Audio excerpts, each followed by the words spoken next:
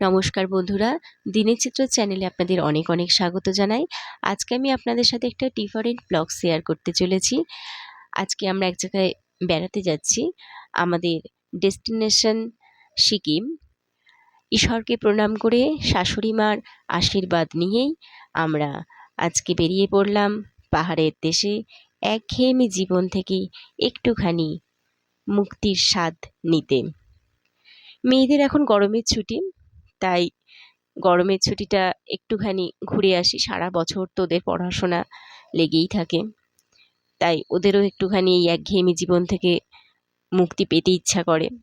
আবার তো স্কুল খুলে যাবে, আবার পড়াশোনা শুরু, সারা বছর সেই যুদ্ধ চলতেই থাকে। এখন এটাই হচ্ছে আমাদের গ্রামেরই পথ। আমাদের বাড়ির পাশে একটা প্রাইমারি স্কুল আছে, সেই রাস্তা দিয়েই এগিয়ে যাচ্ছি দিদিভাইদের বাড়ি। দিদিভাই মানে আমার ননদদের সাথে দেখা করে প্রণাম করে তারপর আমরা যাব। এই যে ননদ আমার বড় মেয়েকে বিদায় জানাচ্ছে, সাবধানে যাওয়ার পরামর্শ দিচ্ছে। এইবার আমরা এগিয়ে চলেছি, আমাদের গাড়ি ছেড়ে দিয়েছে, যে লাগেজ লোড করা আছে। আমরা এখন যাচ্ছি কল্যাণী হাইওয়ে দিয়ে। আমরা যাব হাওড়া স্টেশন। এটা ব্যারাকপুরের কাছাকাছি আমরা একটা জায়গা থেকে ভিডিওটা নিয়েছিলাম। এত সুন্দর রাস্তা, যেতে একটুও কষ্ট হয়নি। রাস্তাটা আগের থেকে এখন অনেক ভালো হয়ে গিয়েছে। আমরা সেই রাস্তা ধরেই এগিয়ে যাচ্ছি। আমাদের যেতে খুব বেশি সময় লাগেনি। নৈহাটি থেকে হাওড়া স্টেশন পৌঁছতে টোটাল টাইম লেগেছিল 1 ঘন্টা 50 মিনিট মতন।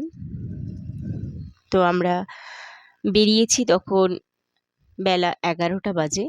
আমাদের দুপুর 2:30টায় ট্রেন আছে, হাওড়া এনজেপি শতাব্দী এক্সপ্রেস। তো আমরা একটু আগেই বেরিয়েছি হাতে সময় নিয়ে।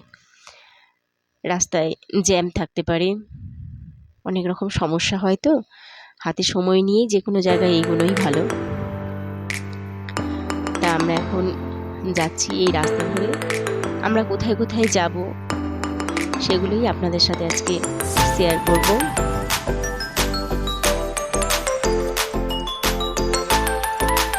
আপনারা এখন দেখতে থাকুন আমরা কোথায় কোথায় যাই, কিভাবে যাই, তার ছোট ছোট অংশগুলো।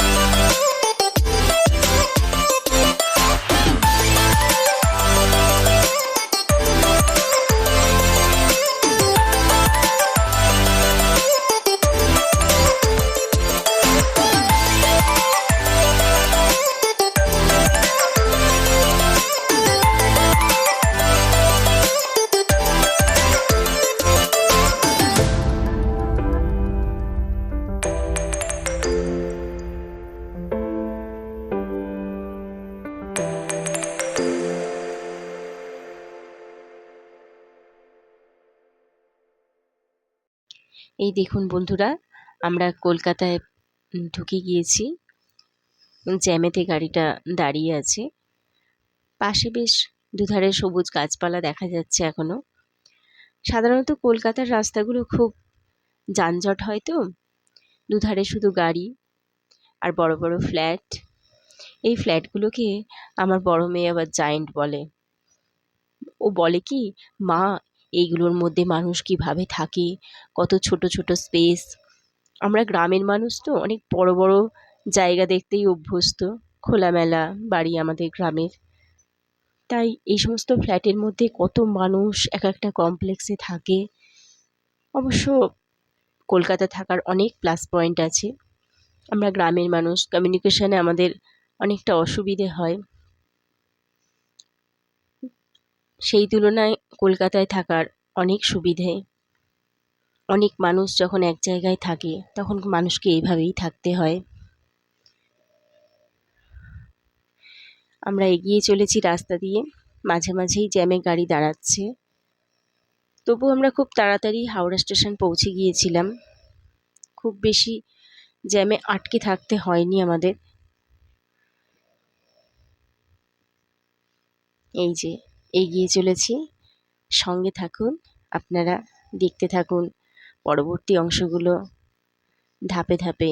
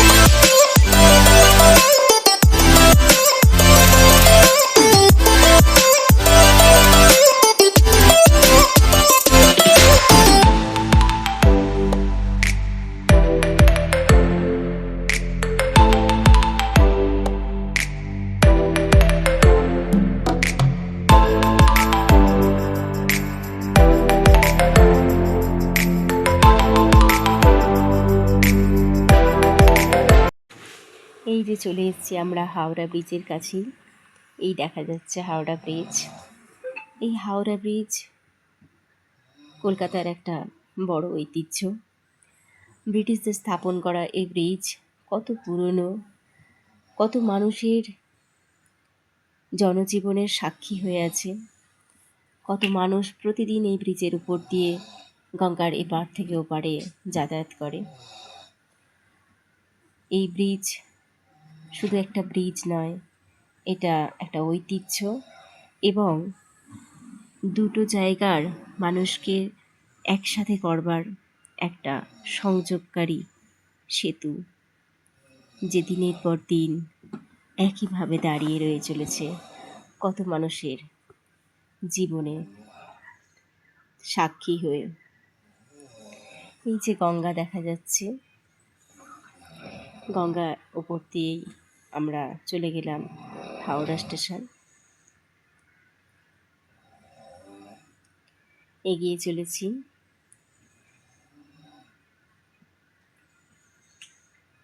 ভীষণ গরম আজকে, প্রচণ্ড রোদ উঠেছিল তখন।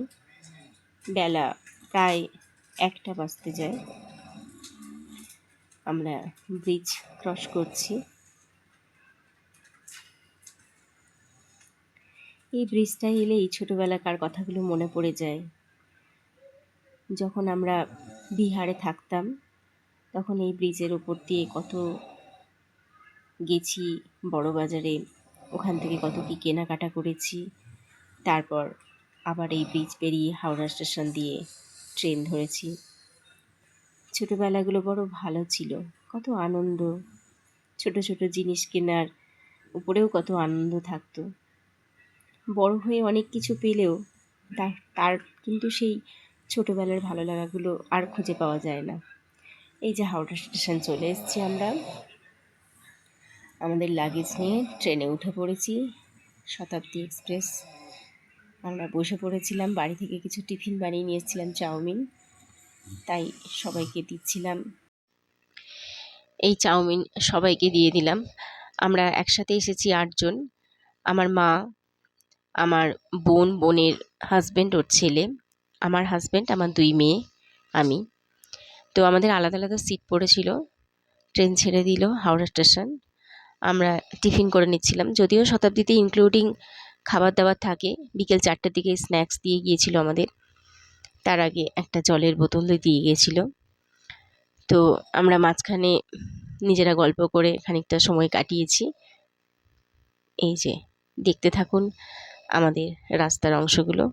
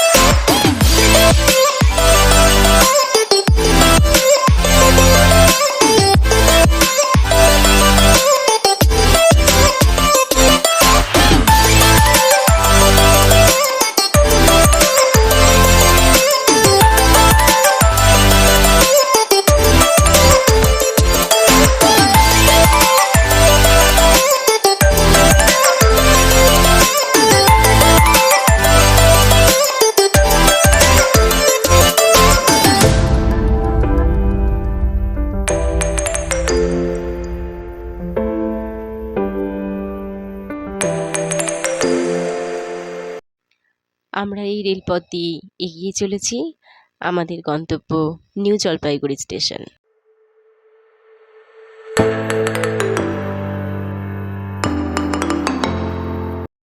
এখন বাজে রাত 8টা।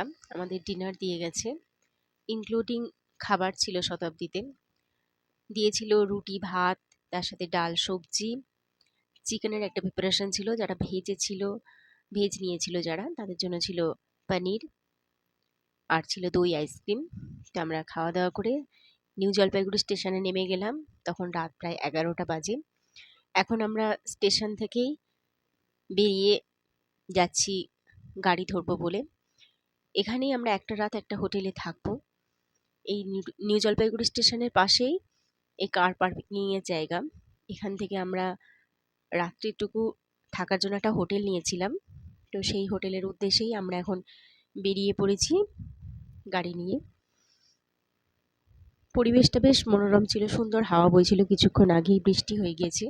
তখন আমরা ট্রেনেই ছিলাম, বেশ জোরে বৃষ্টি হচ্ছিল, বোঝা যাচ্ছিল ট্রেনের ভিতর থেকেই।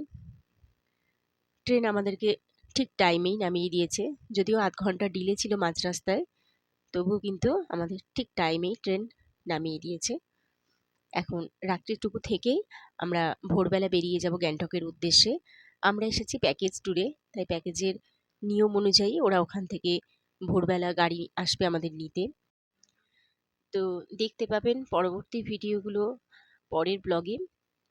ভিডিওটি ভালো লাগলে একটা লাইক করবেন, কেমন লাগলো অবশ্যই কমেন্টে জানাবেন, আর ভিডিওটা ভালো লাগলে অবশ্যই একটা শেয়ার করবেন। আপনারা ভালো থাকবেন, সুস্থ থাকবেন, সদা হাস্যমুখে থাকবেন। ধন্যবাদ।